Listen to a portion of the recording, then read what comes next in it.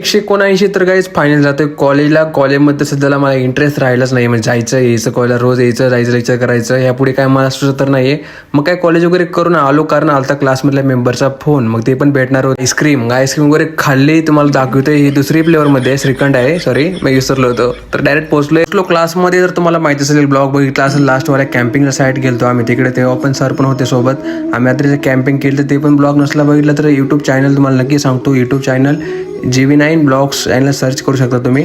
मग आम्ही सरांचा प्लॅन झाला की बाहेर जायचं जेवायला वगैरे. मग मी बाकीचे सर वगैरे सगळे वाटलेले की पुण्यामध्येच कुठेतरी म्हणजे एक जागेवर फिरता येईल, कारण मला ब्लॉगिंग चॅनल पण दाखवायचा असतो. तर यांचा प्लॅन झाला वेगळाच. मग बाकी सर पण आले, तुम्हाला माहिती असेल यामध्ये एक पण गर्ल नाही, कारण बॉयचीच होती पार्टी आजची. तर विषय तेच राहिला.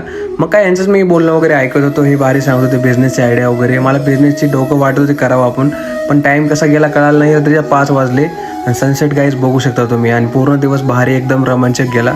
आम्ही निघतो इथून. आता थोडं सनसेट टायमिंग म्हटल्यावर मला फोटो काढायची इच्छाच होणार आहे. आणि मी तर फोटो काढायला लांबपर्यंत मला इच्छाच नसते म्हणजे. आणि केसाचं पूर्ण माझं बेहाल होते. आणि लवकरच मी केसासाठी काहीतरी करेल, कारण केसाची ट्रीटमेंट तर घेणारच आहे मी. तिथं विषय राहिला. मग ओम वगैरे बाय बाय टाटा करतोय. ओमला बाय बाय करून आपण डायरेक्ट जातो जिमला रात्री. मग जिममध्ये मारतो शोल्डर आज लय दिवसातून. आणि जिम माझी कंटिन्यू होते गाईज. पुढच्या ब्लॉगमध्ये तुम्हाला कळेल, जेजूरच्या ब्लॉगमध्ये. आणि रात्री करतोय स्ट्रीमिंग. JV9 is live. आप सबस्क्राईब जरूर करणार. Bye bye.